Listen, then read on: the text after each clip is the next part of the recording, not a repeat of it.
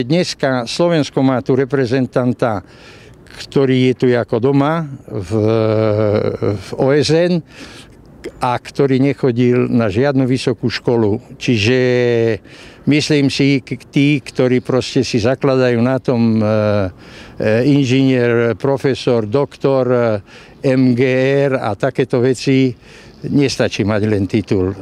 Vidíme tú skutočnosť, ako pán rektor, myslím si, že bol rektor pán Gašparovič, ako sa vyjadruje, ako rozpráva, koľkokrát sa pomýlil. To proste hold na jedného prezidenta, lebo je reprezentant všetkých Slovákov.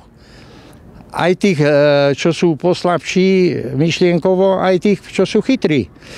Ale mal by v podstate dávať pozor, čo rozpráva, lebo každé jeho slovo je brané ako slovo prezidenta a reprezentanta Slovenska. A ten prezident by mal v prvom rade, myslím, poznať problémy tých chudobných a poznať takisto problémy tých bohatých.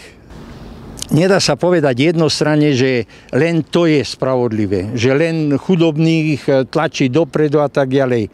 Nie, je treba nájsť konsenzus, aby všetci ľudia vedeli spolu vychádzať tak, aby to Slovensko prosperovalo.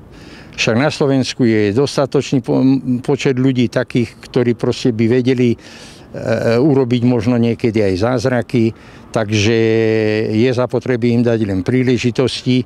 No a ten, ktorý ich reprezentuje, musí skutočne reprezentovať tak, aby ľudia vo svete vedeli, že čo je Slovensko a podľa toho prezidenta aj posudzovali všetkých tých ostatných.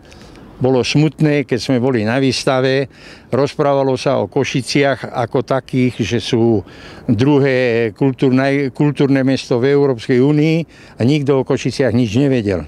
To znamená, že niekde sa urobila chyba.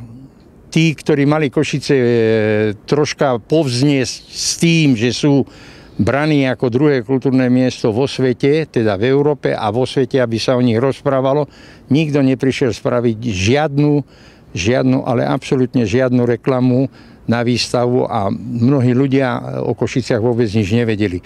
Čiže si to v podstate robíme sami. To pre nás, aby poznali Slovensko v zahraničí, to nám neurobia ani Američania, ani Rusi, nik. To si musíme spraviť sami. A keď si to sami nespravíme, no tak potom samozrejme musíme píkať za to, čo máme.